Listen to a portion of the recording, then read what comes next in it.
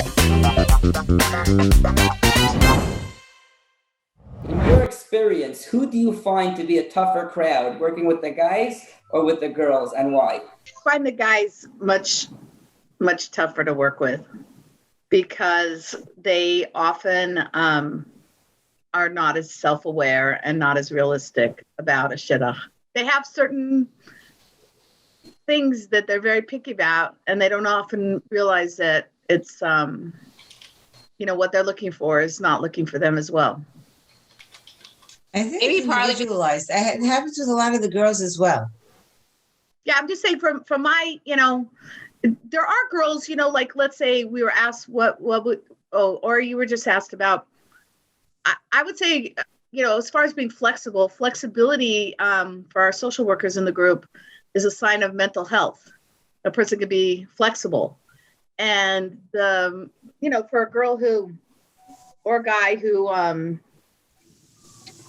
wants to say no after one date, sometimes I think they should be flexible and try another 2 or 3 just to see if things are a little bit better. Not to date forever, but give it a couple times. That's being flexible. And also girls should be flexible about height and hair. Oh, yeah. They're all going to lose their hair most likely. And all the Rosh Hashivas were short. So they should just, not get so caught up in some of these things. So girls over a certain age are tougher. Like up to a certain age, they're more open-minded. There's a certain group of girls that hit a certain age and it's just no to everything. It'll be like, like I called a girl recently and it was like, she started the phone call like, well, is he this? Is he this? Is he that? And I'm like, no. And they're not things that you would, that you would normally, like his parents divorced or, she was going through like a whole list of things that I had to sell her to go on a date where I know that, her mother had contacted me and said, please, can you try and find someone, and I had a great guy and she just didn't give him a chance from day, like after the first date, she, no, I don't see any future. On the other hand, there's certain guys that are, very sought after and getting them to say yes is also very difficult. But I think that I find an easier time with girls like between 21 and 26. They're flexible, they're listening, they're interested. But I sometimes when they get over that, they're a lot more difficult to kind of, it's like I have to sell them on on the guy. I tend to work with older singles more often. And I think that the biggest thing to remember is it's crazy burnout at a certain point. I think we all know that intuitively, intellectually, but I don't know if we recognize the degree of burnout that these people really experience. And it's really important to make sure that your singles know that you view them as people, as strong individuals, that you care about them as a person, and they're not just the object of your shadchan efforts. Like I had one guy say to me, he's like, I can't take it that some shadchanim just come to me and they like have a girl in mind. They don't really care what I want or who I am. They just want to push the girl that they want to push. So I think that if singles realize that you really have their best interests at heart and you really care about them as a person, as an individual, I think that they'll be more likely to be interested in your suggestion because they realize it's coming from your heart and coming from a true desire to help them versus an agenda that you actually have. Well, I'm going to give a slightly nuanced answer. I think it's harder for the guys. It's harder to get the guys initially to give a yes. But once they start dating, it's harder to get the girls to want to continue and give things a chance. Have you ever dissuaded someone from getting engaged? And if yes, do you feel guilty about that? Not really, but I have recommended without actually pushing someone because I believe that the couple has to make their own decision. But I would say I did not push a shidduch because I didn't feel comfortable with it. Mm-hmm. And I would just say, like, are you really sure you're comfortable with it? Do you realize this, that, and the other thing if I feel that they may not realize it? Or they're not open-minded to knowing it because they're too goo gaga over the person and they're not really seeing the real red flags sometimes. It actually happened to me with a friend of mine from high school that I tried to dissuade her from dating a certain boy, but she's so happily married for so many years. Now she has married kids. It's embarrassing when I see her. So I am very careful to dissuade people from marrying somebody just because I think that they need a certain type or that this might be better for them. You do have to be very careful, and especially, let's say, with an older single who's waiting around for so many years and you're like, this is what you were waiting for? Like, hello, what are you thinking? But you just have to take a step back and let them figure it out. I feel like we have to give them room to figure it out, unless, like you said, there was a mental health issue or something like that. But your own, just because you're invested in helping this particular single for the last 10 years and you're going to be disappointed, you have to push yourself aside because it's really about the person. Maybe they're willing to settle for a certain thing. Maybe they realize everybody has some kind of handicap. As long as two people have similar values and they can communicate and they're emotionally healthy, and I would just be pleasantly surprised. You know what I mean? Like, I would just say, like, so the answer is the one time that I did it, I was wrong. So now I'm very careful. I think all of us know of a couple that when they got engaged, we probably said to ourselves, what? I never would have thought of such a thing. So I think that it does happen. I think it's more common than we think, that there are like couples in our minds that we think might have been like, what kind of a match is that? But I think it's very, very out there. It's very prevalent. I think we all know couples like that. I can't say I dissuaded anyone from getting engaged. I dealt with a couple where she just, he was very frustrated. And a lot of the things that she was doing was exhibiting a certain lack of sensitivity towards his place in the relationship. The whole relationship was geared around her. And he kind of didn't know what to do with it, and I didn't tell him not to get engaged, but I think he stepped back and looked at the full picture and realized that she wasn't going to be someone he wanted to go through life with because she wasn't going to be supportive. But I've never dissuaded anyone. The way that I work in general is helping people find the answer themselves. So I'm not the type to go out there and dissuade someone from getting engaged. But, I have talked to people, step back and look at the whole picture. If there's somebody, let's say, that you felt was a great suggestion and the person didn't necessarily agree and think that it was a good suggestion for themselves, is there any tactics that you have either used or you could think of that might be a good way to get them to actually try to consider going out with that person, even though they don't think it's the best idea for them? Well, I could tell you a story that happened. Somebody I know who's a pretty well-known shadchan in her city, and she's pretty tactful in general, but she was trying to convince a guy to go out with a girl who wasn't a size 2 and wasn't gorgeous. And basically, he said to her that she wasn't pretty enough. So she basically said to him, did you look at yourself in the mirror recently? So I would never do anything like that, honestly, but I think it shook the guy up a little bit. I think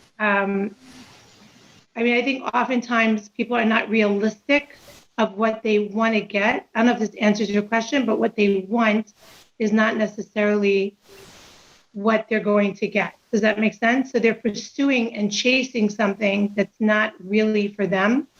And am I veering from your question? No, that's good. I've seen that often. I'm thinking of a guy who's grew up very, very modern Orthodox. He's very open-minded to marry a Beis Yaakov type of girl. And he's constantly texting me names of girls from Muncie who grew up in yeshivish homes, went to Beis Yaakov Muncie. They're just way too in a box for him. I think he would love to see himself in a family like that with a girl like that. But he's not being realistic. So it's hard. It's hard to know what to say. I don't know if I have a direct answer, honestly. I'm just giving you case scenarios that I know, but I'm not sure exactly how I could tactfully say it to somebody. I would try to have them both for a Shabbos meal if I could, so they can meet each other and see that they naturally, organically can meet and have things in common. But oftentimes people are not pursuing what's realistic for them. That's my experience. Anyone have any answer for Chevy? How to say this tactfully? Okay, well, I've had I think situations where I had one situation where I was very convinced about a match that they were a match, and the girl was out of New York area, the guy was in New York area, and he insisted he did not want to start the match at all. So I said at the time, maybe just talk on the phone. Just talk on the phone and see what happens. Maybe in our environment that we're in now, I might say, why don't you Zoom and see what happens? I think those two are great things. It's much less of a commitment than a date. And certainly if someone's out of town. So the happy end of the story with a lot of hoops in between is that it actually worked. But I think that offering something less than an in-person date or a commitment to an in-person date, just committing to a phone call or a Zoom date, that could be a great way to get past somebody's resistance to meeting someone. What is your most frustrating part about shidduchim? Oh, nothing. It's so easy. My most frustrating part. Okay.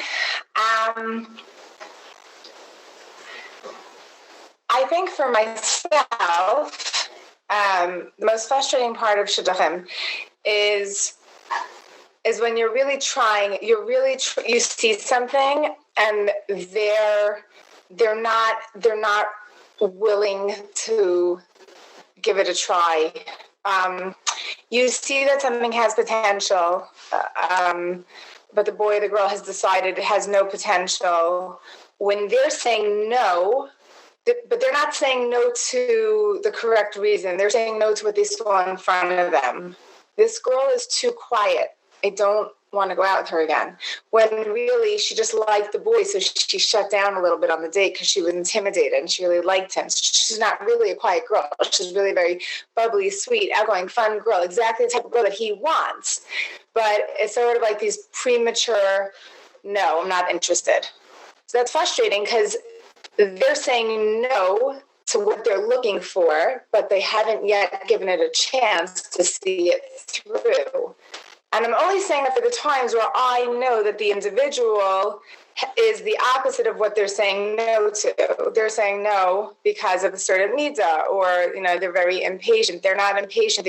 Or they interrupt a lot. They were talking and babbling on and on and on and on and on because they were nervous. They're really usually a very good listener. So it's frustrating when there's a premature no.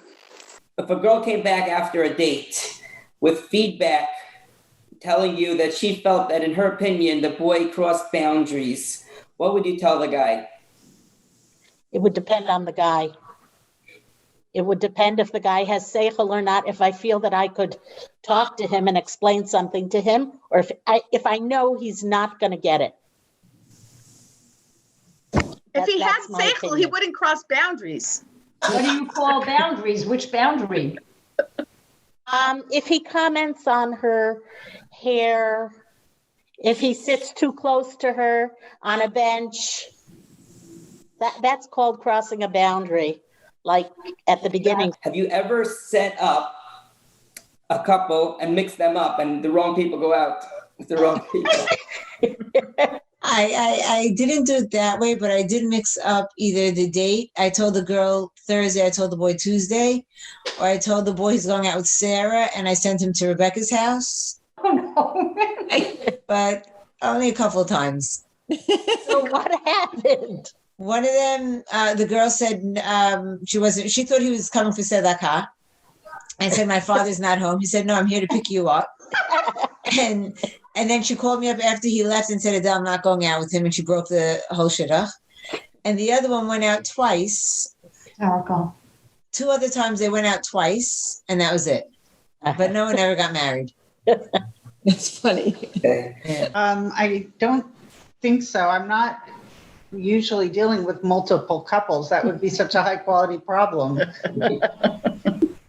So no, I have not had that experience. But I do want to say about the dissuading thing, just that I have had a few times where people who were very serious, in one case already engaged, discovered they were in a complicated shidduch and things were coming to the surface and they didn't know what to do.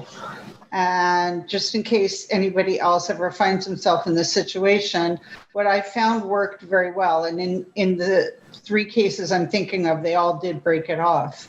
But mostly it was mental health stuff. One was some deception. But in all those cases, what I did was, instead of telling the person what I thought they should do, I just, with a lot of detail, helped them see what was really in front of them that they had not been seeing, and made sure they saw extremely clearly what the behaviors of the other person actually meant. And that allowed them to make their own decision. That never happened to me. But can I say a personal story? I can say a personal story, yeah. I one time dated a guy, and I gave him my address, and he ended up going to someone else's address, like happened to be a family friend's address. And now this family's friend has like, I think 2 dogs. They come barging at the door, and he's like, "Hi, I'm here to pick up Rivka." He's like, and the dogs are like jumping on him, and he's like freaked out. And she's like, "Oh, she's actually down the block." So he kind of mixed up my address, but I know, thank God, I never mixed up dates. Yeah.